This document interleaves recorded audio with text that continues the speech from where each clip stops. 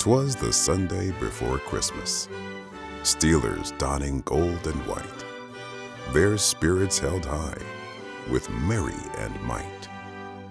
Their foe was the Lions in Honolulu blue, backed by the city of Detroit through and through.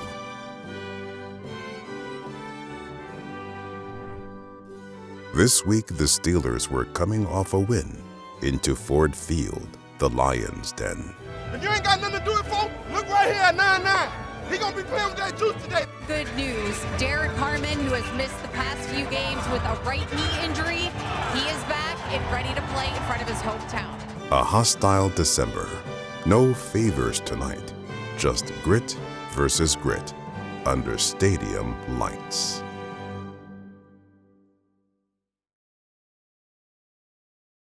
Here we go. This pass is caught, and that's a touchdown. That's the way to work. Come on. He's hit that sack. The Steelers win the football game. Let's go. Come get it. You know what it is. This one is in the history books. Here we go. Welcome to the 84 Lumber Mike Tomlin Show. Hi everybody, welcome to the 84 Lumber Mike Tomlin Show. I'm Missi Matthews. We hope everybody had a wonderful holiday and hopefully your blood pressure went down from last Sunday.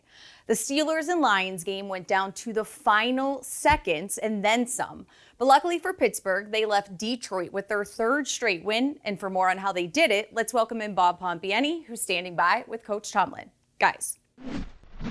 Hey, Missy, thanks very much. Merry Christmas out there, everyone. And the Steelers delivered an early Christmas gift last week with a win at Ford Field against the Lions, a desperate team, a very good team. And, man, what you guys did from the beginning until, the end of the game when eventually they got things going. But let's start with the run game. You talked about stopping it. It's a tough assignment. But to me, it was back in the Steeler dynasty days, the Steel Curtain. Gibbs had 2 yards on 7 carries. How does that happen? First we had a schematic commitment to positioning our guys to do so. And, that's just a decision you have to make because certainly they have a very capable quarterback and some passing options.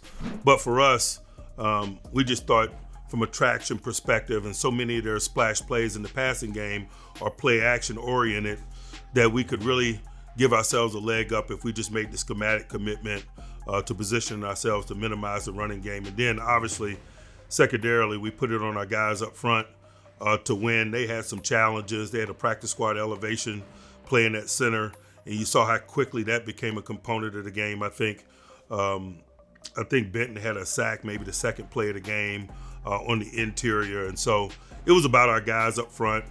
We got Derek Harmon back, and obviously he played well. And so it was a schematic commitment, us fortifying our depths with Derek Harmon getting back, and then obviously probably some challenges that they had. All of those were the variables that kind of produced the outcome. There were a lot of key moments in this game, but even at the beginning, I think it was their second possession. They're knocking on the door at the 4-yard line, 1st and goal.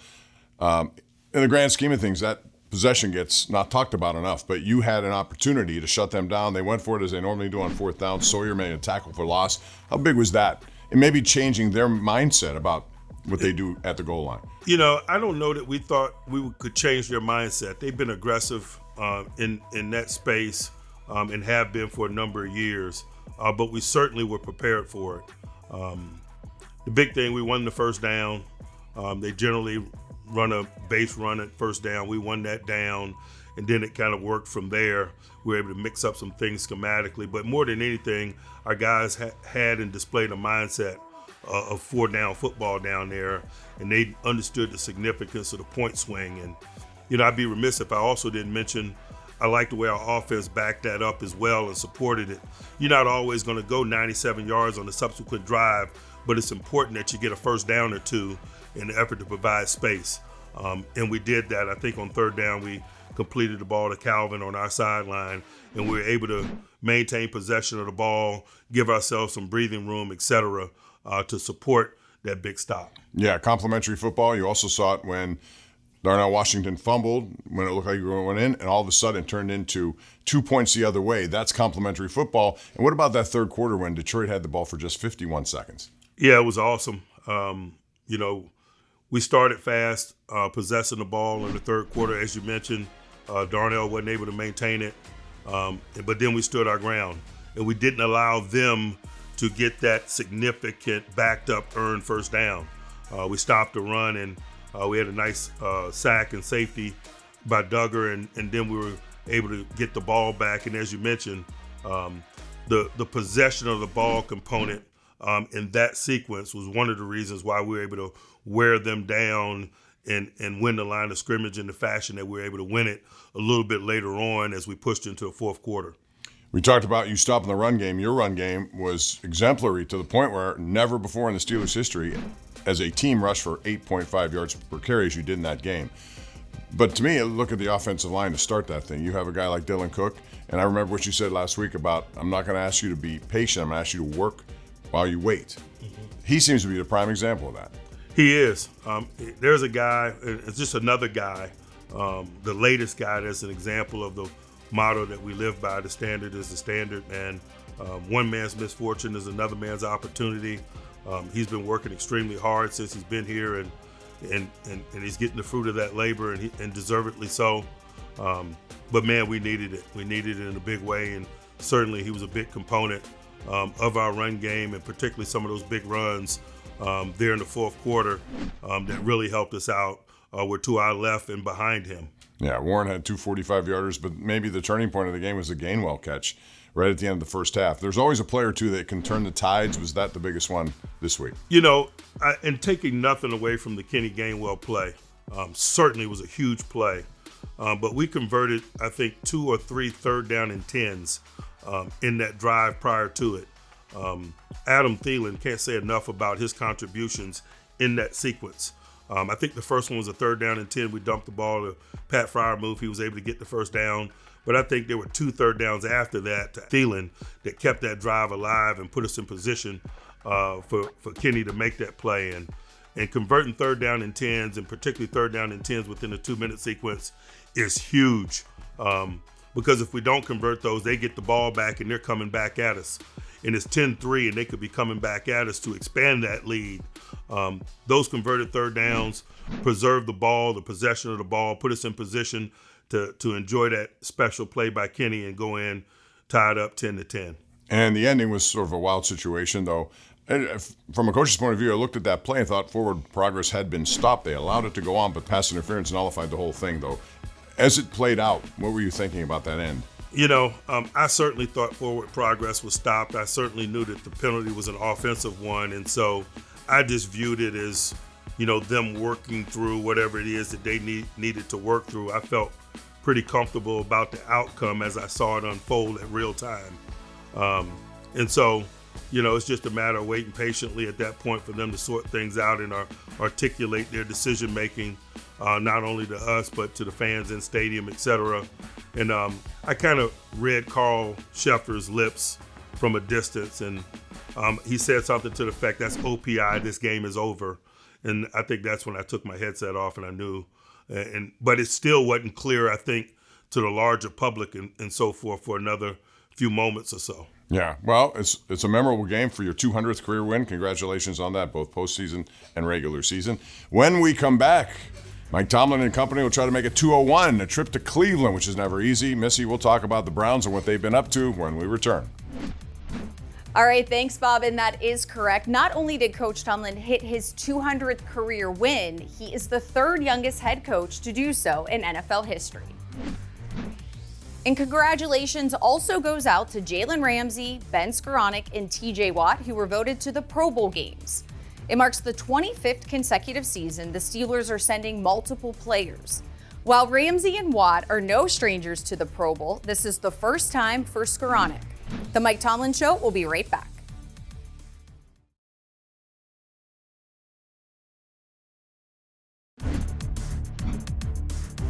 Welcome back to the 84 Lumber Mike Tomlin Show. Well, it's hard to believe there are only 2 regular season games left. Of course, they are AFC North opponents, and up first is a trip to Cleveland, where the Steelers have lost there to the Browns in their last 3 meetings. For what needs to happen on Sunday for the Steelers to complete the sweep, let's send it back to Bob and Coach for more. Guys. All right, Missy, thanks very much. It's the Cleveland Browns, week 17 of this season.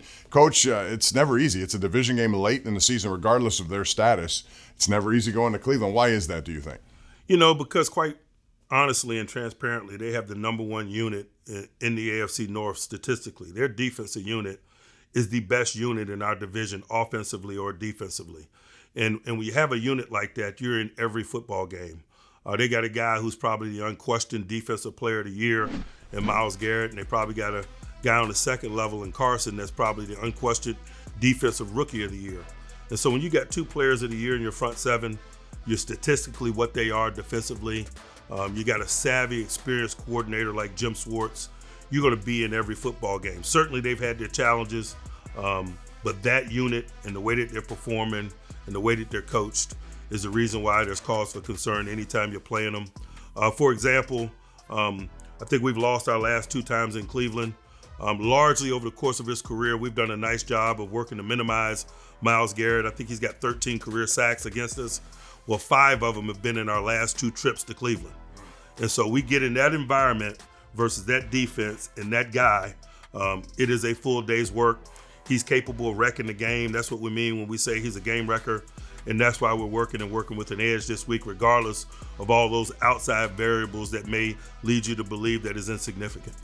You brought him up. He's a half sack away from tying the Watt-Strahan record, and he can actually set it in this game. Down deep, you don't want that to happen on your call, do you? You never want to be on the wrong side of a record. I don't care what anybody says. Maybe Brett Favre is the only guy I've ever seen that's okay with that. From my perspective, absolutely not. All right, you talked about their second-round pick out of UCLA. He's like Jack Campbell. He just came off a game like that where he is just, every time you look up, he's making a tackle. What's made him so effective in what he's been able to do? He's got burst. He's got closing burst, and you see it a lot, and they utilize it in some special ways. He's what you could call the fifth rusher, the most likely blitzer. They blitz him a lot.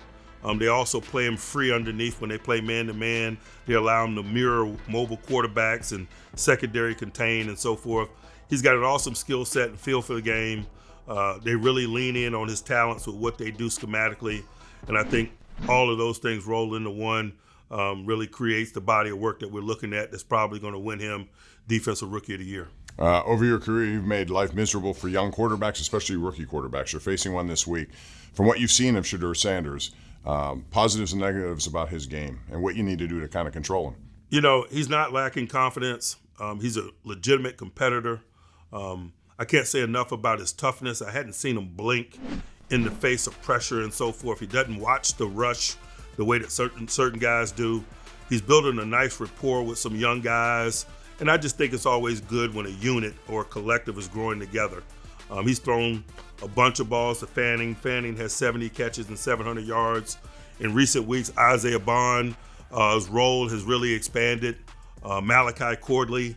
And so, although he's not a rookie, he's a new arrival from the Jets. And so I see him and them growing together. That's something to be reckoned with. And certainly you can include their play caller in that. And fresh set of eyes, and certainly Shedeur as a signal caller has that, coupled with some of the guys that I mentioned. They're displaying no fear, and they probably hadn't been in it long enough to be wary, And so sometimes that's an asset to you. I feel that, and it's certainly our job to put that fire out. Another one of those young guys who won't be there is Quinshon Judkins. He got injured pretty badly last week. But they're using guys who are undrafted, who haven't had much of a pedigree in this league. That's an opportunity for some of these young guys. And you see, performances that you may not have expected from that. We always live by that creed, one man's misfortune is another's opportunity. And certainly it's unfortunate what happened to their young runner, man. He is a special talent and was having a really good season. They're not only missing their bell cow, but they're also missing a very capable veteran in Jerome Ford. And so there's certainly some challenges there. But they got some young, capable people who I'm sure are excited about the opportunity and excited about doing it against us as division leaders. And so it's these intimate divisional relationships that you have to respect and value. I understand their mindset. I also understand ours. As I mentioned, we hadn't had a lot of recent success in Cleveland.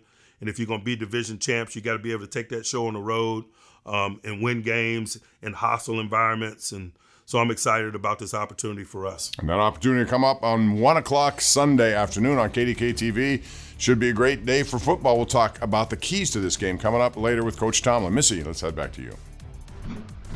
All right, Bob, we're looking forward to that. And if the Steelers get a victory in Cleveland, that will mark 4 straight wins. They'll also hit double digits on the season.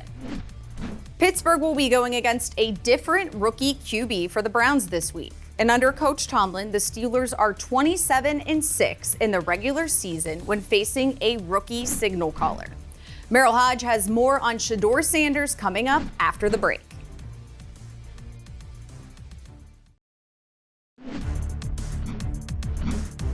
Welcome back to the 84 Lumber Mike Tomlin Show. Show off your black and gold knowledge with Immaculate Prediction, the Steelers' predictive game that gives you a chance to win some great prizes.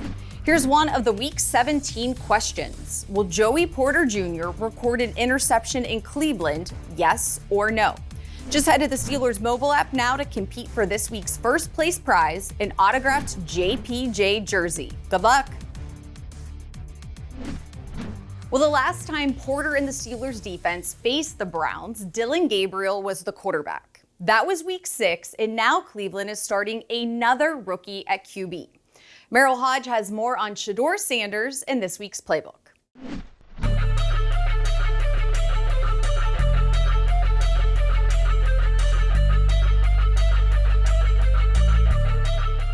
Hi everyone, welcome into the UPMC Rooney Sports Complex for the playbook, presented by Microsoft Copilot.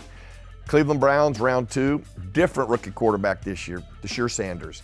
Now, in studying him with his starts that he has had thus far, he's very similar to what he was in college. Very good quarterback, very good with simple looks, but struggles when you cloud up things and you change the look on him. And the best way to show you that is we'll show you some simple plays. We'll start off with 2 of them, where the Titans really don't change their coverage. They identify what they're doing, and they don't change it. And when they don't, he actually makes some good throws. Here, Jerry Jeudy will run a post down here at the bottom. When they snap the ball, as we snap the ball, you'll see that they don't change their coverage. It's pretty simple. You know it right off the bat. Now, Jeudy does a great job at the bottom of the screen. I mean, this defender gets absolutely toasted because you can't lose to the inside. But he does, and he makes a great throw. Jeudy runs, does the rest, and it's a touchdown. The next play we'll see is very similar. It's a simple look. They don't change it up. They show you what they're going to do, and they stay in it. Now, where we're going to focus here is at the top of the screen with the tight end. You can tell it's man coverage right off the back. Single high safety. It's got man. Now, they can change this, but they don't. They stay with it. The tight end wheels around, and he does a good job of identifying that, stays with his guy, makes a good throw, even in a dirty pocket. And he could do these type of things in college.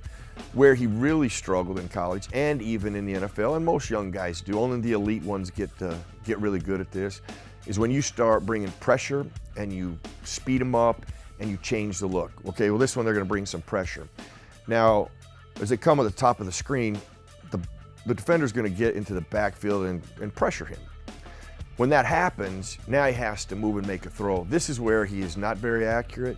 He's better when they design runs versus when he has to run and throw. Now he has to speed it up, he's got to step up, and he doesn't make a very good throw. You know, he's got the guy open, he just misses him because he gets sped up and he has to now throw on the run where he struggles. Now this might be the greatest example. The 49ers are giving you like everybody's coming. Now at the snap, they don't come. And this is where you see his real problem. As they go back into zone coverage, he was looking at the go route. Now the go route's not open, but he missed the out route, which was wide open. He misses the drag, which is wide open, because he hasn't learned to go through progressions because he doesn't know what you've done when you've snapped the ball. So when you make it confusing on him, once you snap it, he really breaks down. So in this matchup, the key is to pick the right downs and distances to confuse and change those coverage so he's uncertain, and then you'll have your most success against him.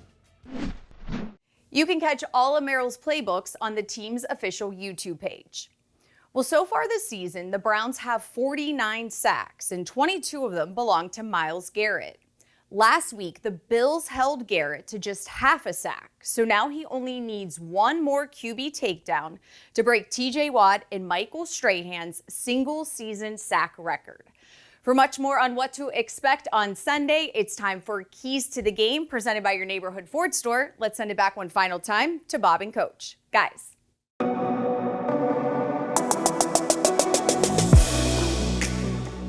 All right, Missy, thanks very much. 1 p.m. KDKA Sunday afternoon. It's the Browns and the Steelers. We talked a lot about Dylan Cook earlier in this broadcast, Coach, but now he goes up against one of the best in the business, in Myles Garrett. He's doing well, but he's going to need some help. How do you give him that help on Sunday? We're certainly not going to wish him luck, and no disrespect to Dylan, but that's anyone. I just watched some this week of Myles compete against San Francisco and Trent Williams, who is a generational tackle, left tackle. And schematically, San Francisco helped him. And that just lets you know the significance of what's going on with Myles Garrett.